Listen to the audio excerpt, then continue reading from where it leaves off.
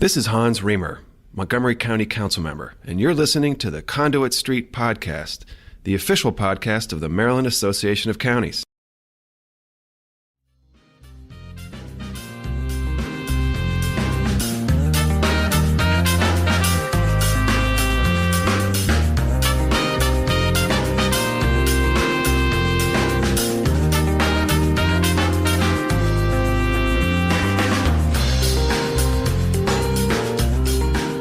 Hello and welcome to the Conduit Street Podcast. Kevin Canale here with Michael Sanderson. Michael, how's it going? A lot of big news happening this week as we sit here on Thursday, May 20th. Things are seemingly getting back to normal. A lot of more people are getting their vaccinations, so all good news there. How are things in your neck of the woods? Things are okay out here. How about you? Doing well, and I'm very, very happy today. One of my favorite guests, friend of the podcast, we have with us today, Secretary of the Maryland Department of Planning, Robert McCord. And the last time we had him on, Michael, we discussed the enormous effort to ensure that every Marylander was counted in the 2020 census. The count is now complete, and the Census Bureau is processing the data, making sure that everybody is counted once, only once, and in the right place. Secretary McCord, thank you so much for joining us today. Thank you for having me. I appreciate that. Now, as a reminder to our listeners, and this is something Michael and of course Secretary McCord already know, the census is extremely important for county governments. That's what we do on this podcast. The data is used to allocate billions of dollars in federal funding for education, health, transportation, housing, community services, job training, etc. And we also know that businesses and industries decide where to locate new facilities and services based on this data. And that creates new jobs and promotes economic growth. We also know that an accurate census count, or a lack thereof, certainly has a lasting effect on counties, particularly when it comes to the distribution of federal funds. So Michael, knowing all of that, and now that the count is complete, we have Secretary McCord back on with us today. And I know there's a lot we want to get into.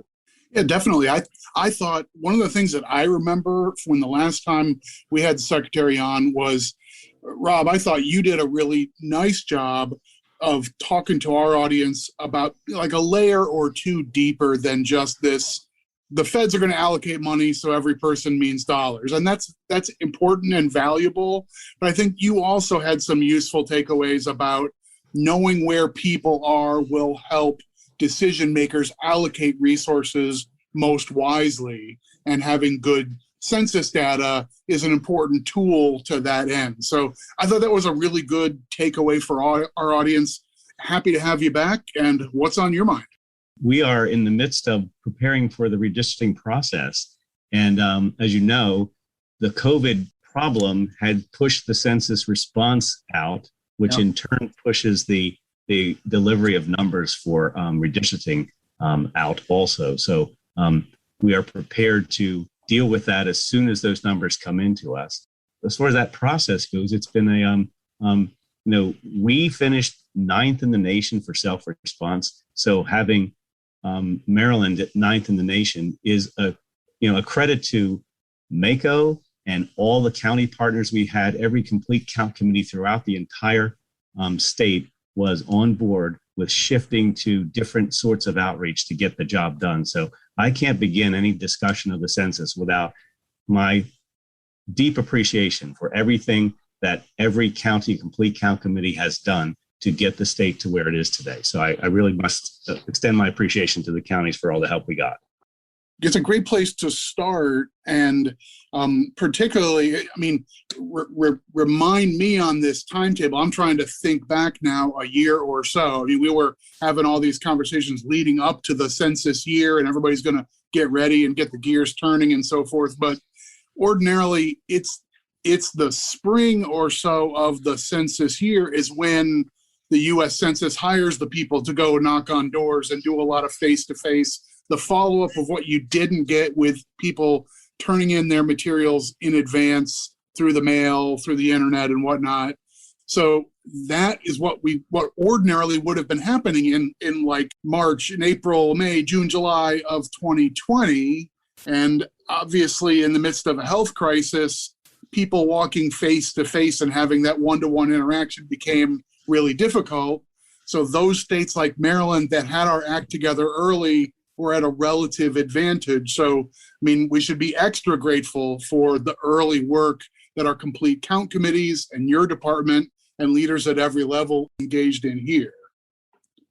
That's actually very important to say. The numbers that I'm aware of at this point for the kind of non-response follow-up and interviewing process, back in 2010, that was about 18.1% of what the Census Bureau had to do to compose Maryland's count.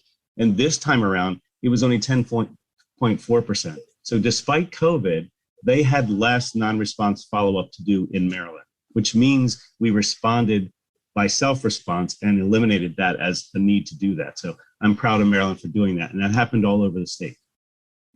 That's, again, I think an example of your work, and then, the counties and the municipalities getting the word out.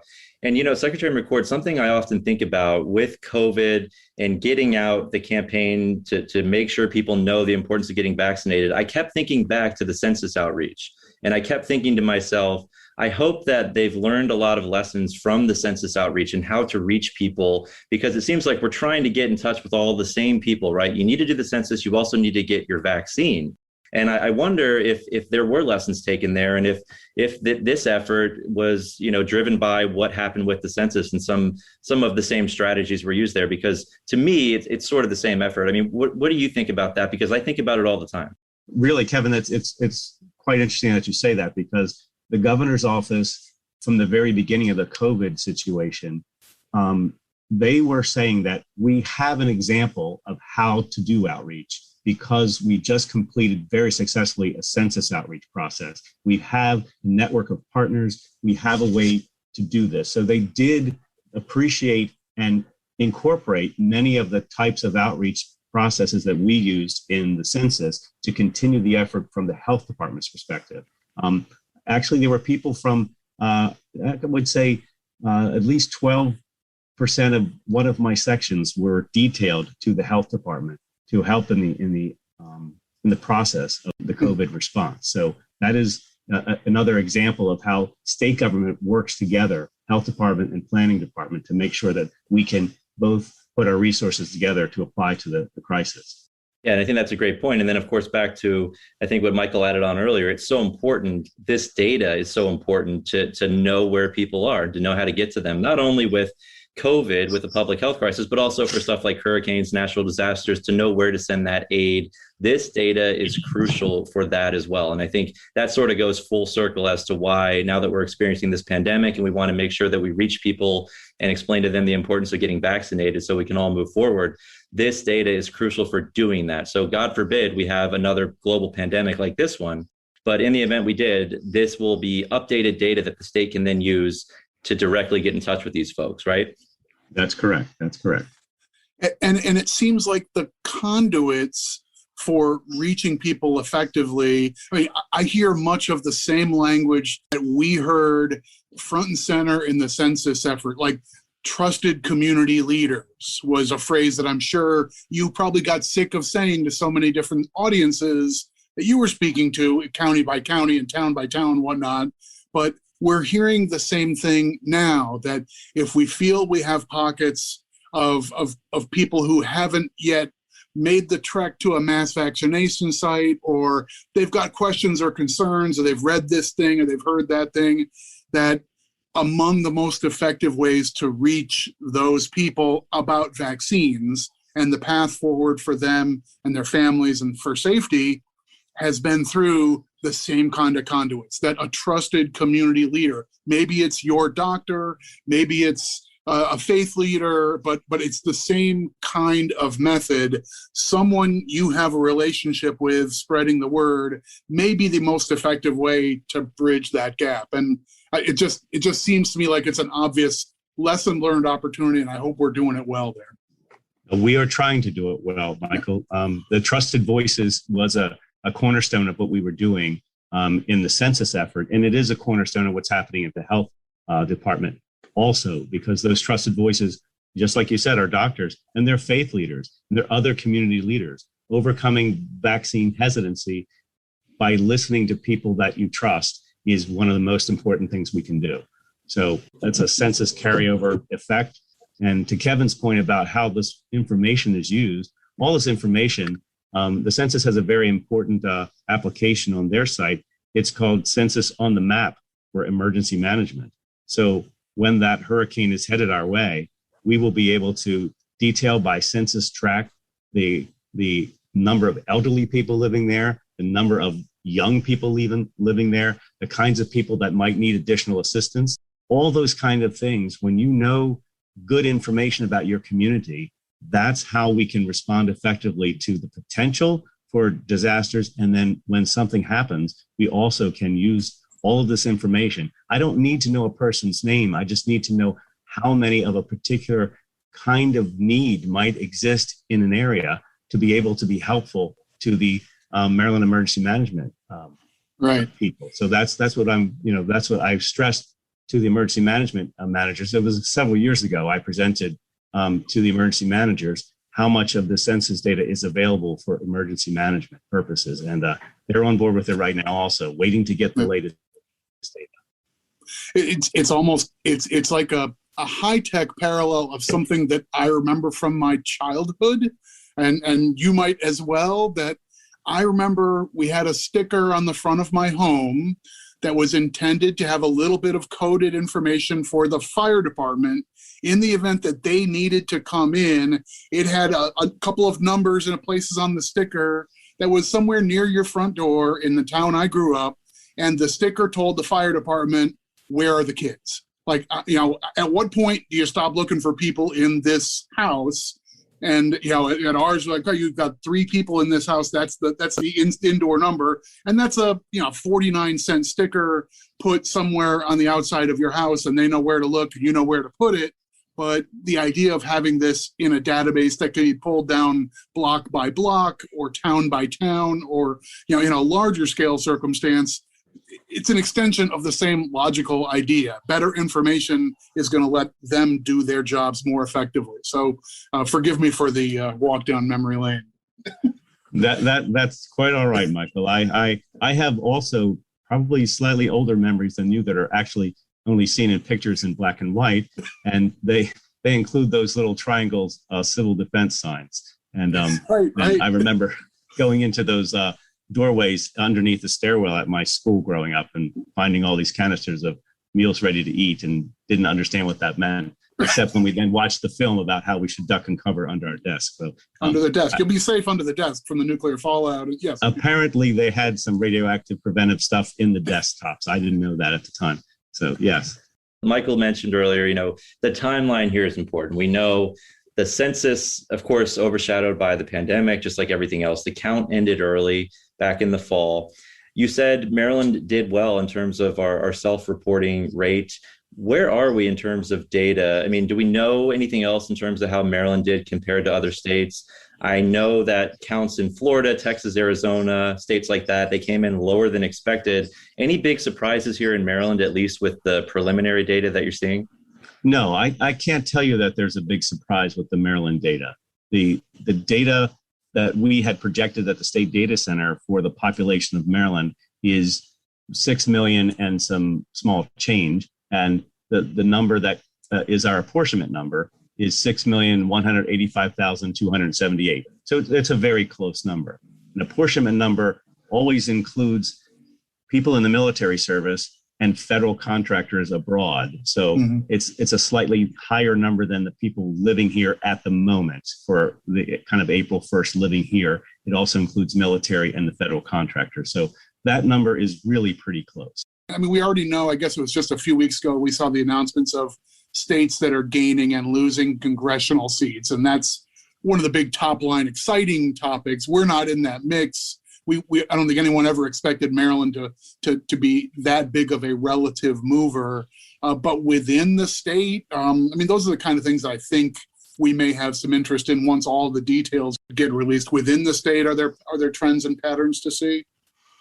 We don't have any data, fresh data on the counts within the counties. So, and unfortunately, the projections that the State Data Center does are all just county by county. There's no sub-county data involved. But if you just took that number I gave you for the 6.1 million people for apportionment purposes and divided it by the 8 seats that we have, That's 773,160 people per district. And congressional districts by law are to be within like a person or two, the same number in all 8 of those districts. The interesting thing there, and somebody asked me the other day, was, are there any counties that have populations that are larger than the 773 number, 773,000? And there are at least 3. There's the Baltimore County and Montgomery County, Prince George's County. So they cannot all fit in one congressional district. And so there will be pieces in some other district. That's the only thing we know for sure coming out of this process of the apportionment numbers. And now today, I learned that the Census Bureau finally put on their website that they expect to be distributing redistricting data by August 16th. They had always said mid to late August, but just today, I have people looking at the website all the time of the U.S. Census Bureau to see if any numbers actually show up. So August 16th had showed up today, and it may have only been there a day. In part, it appears it may be a result of the suit that was going on in Ohio. We've been keeping tabs on the Ohio federal litigation against the Census Bureau because they have deadlines to meet that are different than Maryland's deadlines as far as redistricting are concerned. And they're they were suing the Census Bureau to get the data sooner. And so the Census Bureau had always said mid to late August. And this is an important part also. It's not just for data geeks, but they will release the data in what they call legacy format data, which is actually the same data that most of the states are used to getting. It's the same data they always did before. And so then by the end of September, they will have data available that is kind of the new version of the data, a new format for the data. At the Maryland Department of Planning, we intend to use the first release of data, which we're used to getting, and using that as the basis for the data for our state. And we will process that data in accordance with Maryland law. Maryland is one of 9 states that must reallocate incarcerated people back to the last known address prior to incarceration. So the reallocation process will take us approximately 4 weeks or so to get everyone reallocated. So if we get everything August 16th, it's still going to take a number of weeks to get everyone reallocated back to their address prior to incarceration. That means there'll be a bit of a delay in Maryland in order to comply with Maryland law. And so everything that can be done to prepare for that process has already been put in place. All of the steps that can be done at the local level here in Maryland are finished. We're ready to kind of drop the data in and then proof that data and make sure it's all correct so that everybody uses adjusted data in Maryland. Maryland is a state that must use adjusted data in order to draw districts. So okay, so a few extra mechanics because of Maryland's state law on how we need to adjust those populations. We know that the 2020 cycle is on a different timeline a bit because of the gathering and processing got thrown a little off kilter.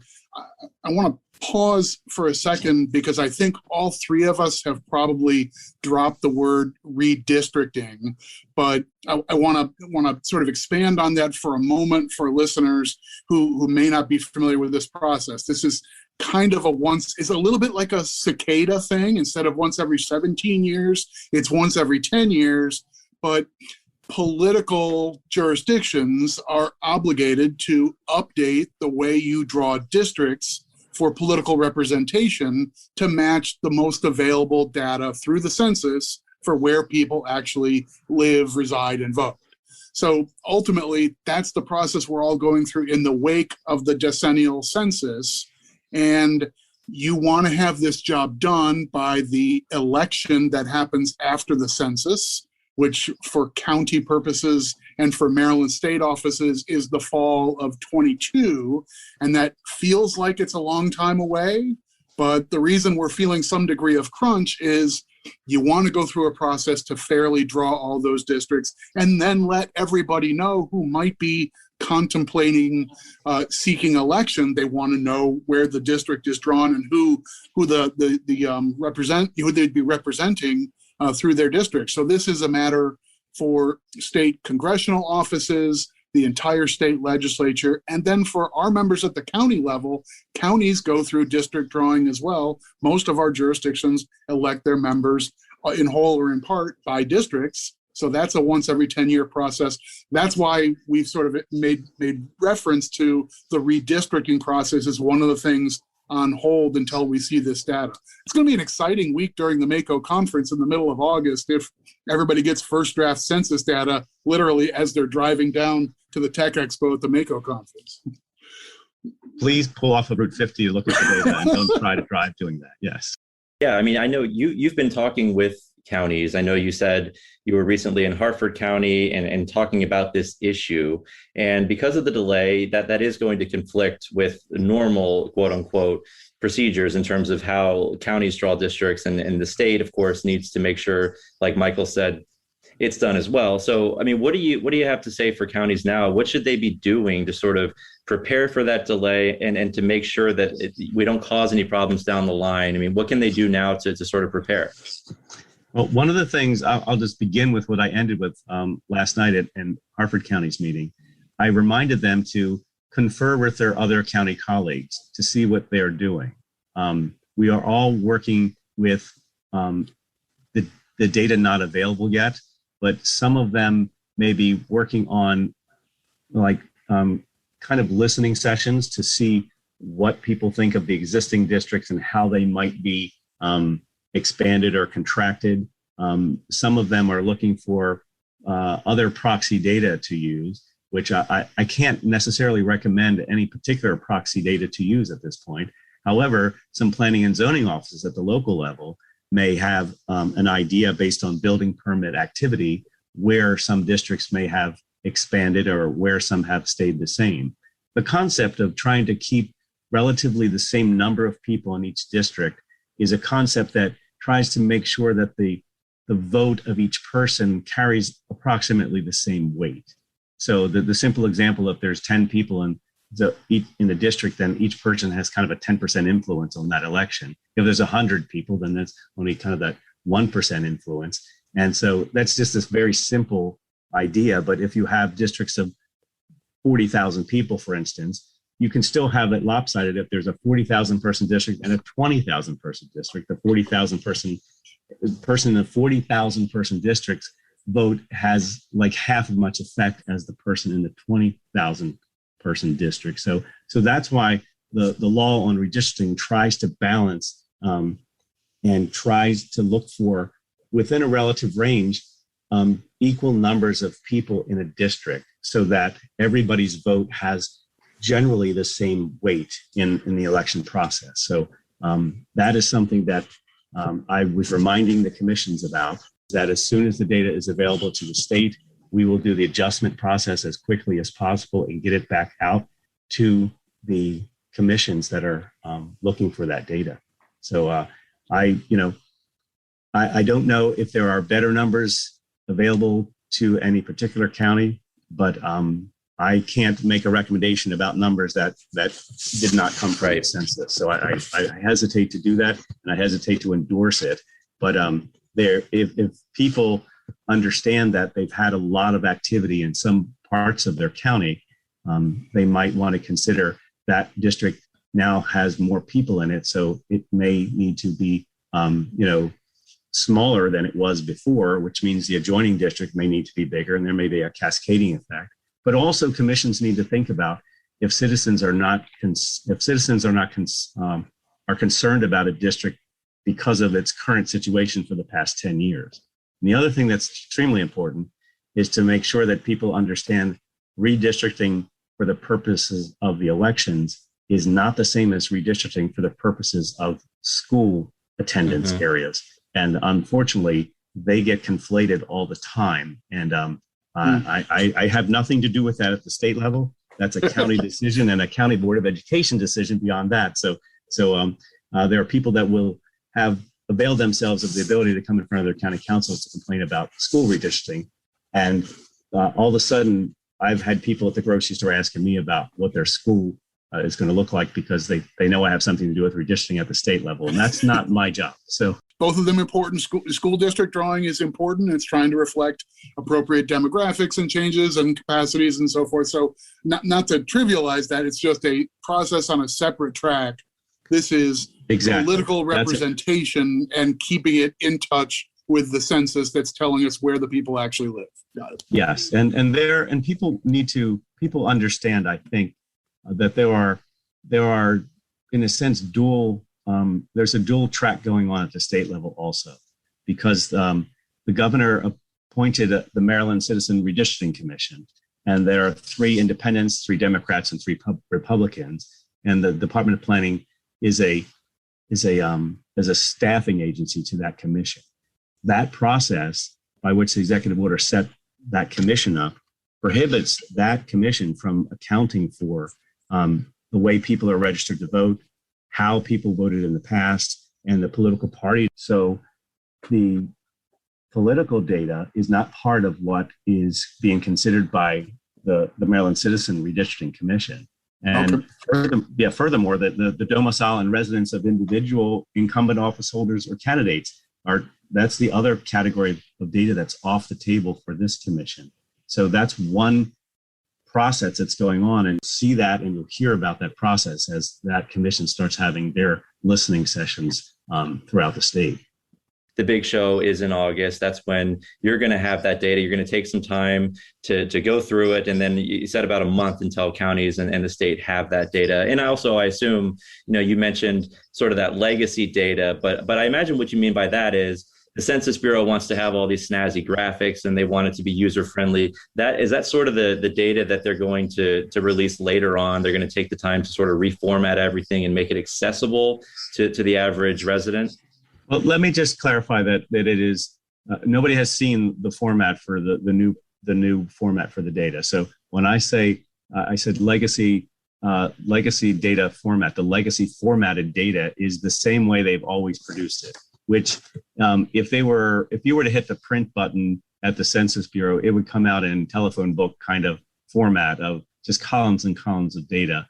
And computer systems are used to working with that, but normal people would have to go through pages and pages to find a piece of information that they needed. But computer programs can do that. Most of the mapping programs that are out there can process the data because that's the way they've always done it. There should be, and we expect there to be, the new format for the data, which may be easier to use and easier to deal with, coming out later from the Census Bureau.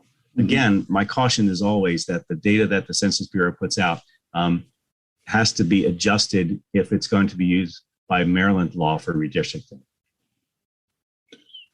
Okay, so multiple steps ahead here. If you're listening to this conversation and you're pacing the floor a little bit because you've been named the chair of the district drawing commission for your jurisdiction, and you're thinking, well, I still don't quite know how this is going to all come together. It sounds as though the pieces will fall into place. And it's going to happen on this year's calendar. And by the time the weather gets cool, you should be in the middle of your redistricting meetings, and you should probably have adequate data to work with and start running your models and be able to do your job. There's nothing pointing toward this is going to stretch on and on and on and be a problem when there's actually snow falling and you're getting tons and tons of local pressure saying, I want to run for county council, but I don't know where I live. Yes, I would say that the news that the data will be available in the middle of August is good news for everybody. And we all have to understand that the Census Bureau is doing the best it can. It has a responsibility to all 50 states, and it must run the data and its data quality checks through that entire process. Whatever arguments happen should happen on policy and philosophy discussions instead of arguments over data. The data itself we should be able to agree upon is good. And that's what I'm hoping that we'll be able to do, that we'll be able to have different discussions based on where people think lines should or shouldn't go, not based on what the data actually shows. The data should be the data that has been adjusted, and we will come into situations where people will not use adjusted data, and we will try to point that out, that the adjusted data is what has to happen in Maryland. But I think all the redistricting commissions throughout the counties are aware of that, and they're aware that we are trying to do that as quickly as possible and have done every pre-step that we can do to make sure that process happens quickly for them. That's always good to know. And of course, we can say that counties can reach out to Secretary McCord, to the Department of Planning for any of this information. And I agree. I mean, the Census Bureau, this is a massive undertaking in the middle of a pandemic. And I think we need to cut them a little bit of slack, but understandably, people are concerned. We have deadlines.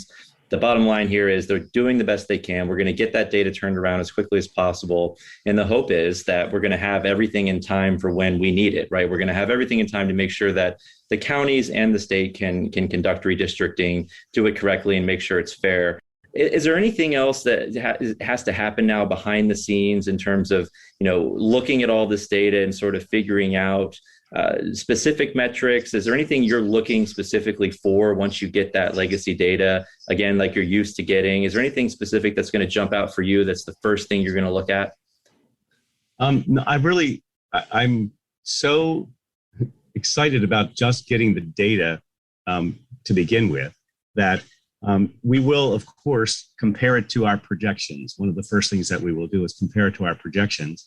And then we will start to drill down and to see which areas have had the increases and which areas have had the decreases, and where those shifts have happened. And that's probably what everyone's going to be doing also. Census tracts that have more than was expected and census tracts that have less than expected. And I don't even want to say simply expected, but did they grow? What is their growth compared to the 2010 census? So I'm sure that'll be something that everyone's going to take a look at. And if your geography is the entire county, you'll be taking a look at that also. And most jurisdictions, I mean, I think what you were trying to say is there are some informal indicators that probably should have the smart people on the ground already sort of pointing their nose in the right direction. You know what your school population changes have been year to year over the last 6, 8, 10 years. And you know what parts of any given county seem to be experiencing more growth or more housing expansion. Like all those things they're not the end indicators that you use for district drawing, but most jurisdictions kind of understand it's the west part of the county where we've seen most of the growth. So you probably expect that district to get a little geographically smaller because there's more people that way. And that means we'll stretch this or that. I mean, if you're not thinking at those basic terms, then you probably just haven't been looking at the indicators around you that are, as you said, informal and preliminary, but those things should be pointing you in generally the right direction, we think. Yes, and when it's incongruent from that, Michael, then you want to drill down and look at it a little bit closer. Mm-hmm. But everybody would seem on the local level to have a kind of a natural inclination to think that this area doesn't look the same as it did 10 years ago. So we need to take a look at it. So I'm thinking that most of the people on redistricting commissions across the state serving at the county level have some idea of what has changed in the past 10 years. And, that's why I said if they wanted to engage in any kind of listening process early on, and then a process when preliminary maps are proposed, having a two-stage process might not be the worst thing, and let people have a say in what they think is working well for them or what they think will not work well for them. Somewhere in that process, you want to hear from the public.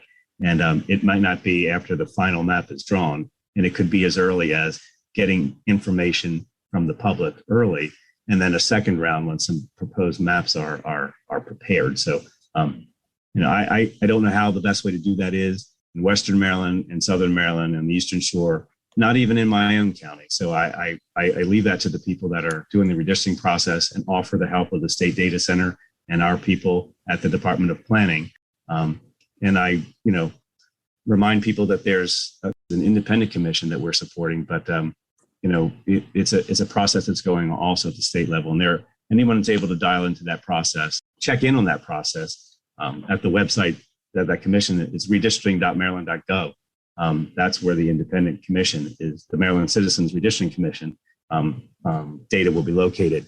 It is a process that is starting later than it normally starts, but if we all go about it with the right frame of mind, that no one has an advantage. Everyone has exactly the same situation right now. So we all have the duty to make districts look like they represent the people that they're supposed to be representing as far as numerically, and that all the good stuff for drawing good districts is something that we could spend a lot more time on. But the concept is it begins with data, and that data will not be available to us until the 16th. And we urge you for a little bit more patience to make sure that we get the data adjusted according to Maryland law so that you're using the right data to make your districts. Secretary McCord, maybe the next round census in 10 years, when you're running the U.S. Census or you're, relaxing on a beach somewhere, I think it would be advantageous as somebody who cares about this data, maybe to have a census lottery. And Michael, we talked last week about incentives for vaccination. We had a big announcement today. Michael, I know you're very excited. As an Ohioan, Ohio was sort of, I think, the first state to offer this sort of incentive, a lottery for vaccines. Michael, what are your thoughts here? I mean, this literally just broke a little while ago, but this connects right back to what we were talking about last week. And so, Michael, what's your hot take here?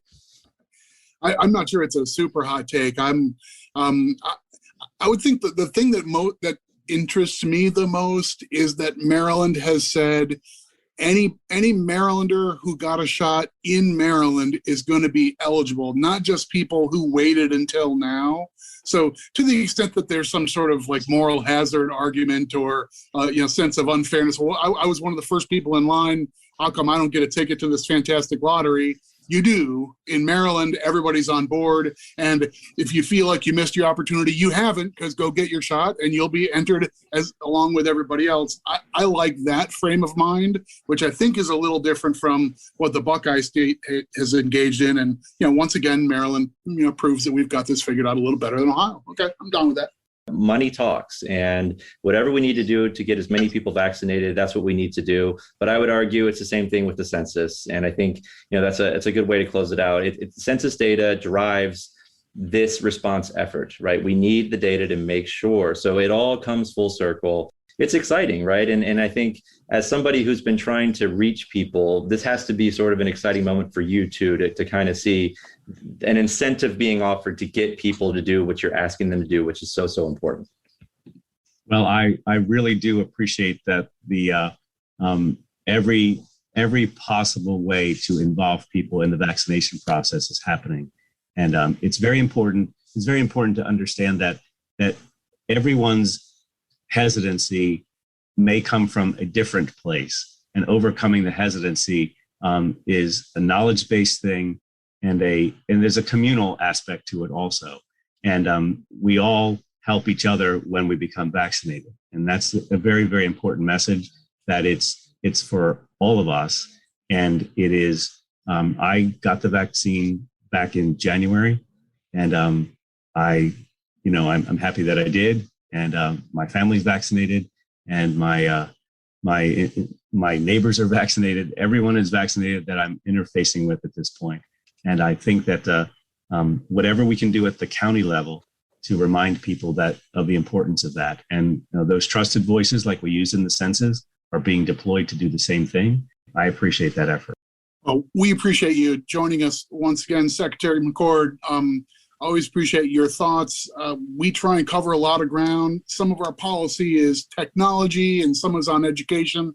Some of it is just the gears of government, and part of the duty of running government properly is making sure that you have the structure set up appropriately. So, a little bit of this is in the weeds about adjusting the data and what do you use as the basis for redrawing of districts that you have to do because of these laws and so forth. And what gets lost there is we do this so that our residents and our citizens are represented appropriately in the decision-making process that affects their lives. And that's the goal that we all want, for that to be fair and to represent them well. So thank you so much for the work that you're doing to get the right information in everybody's hands.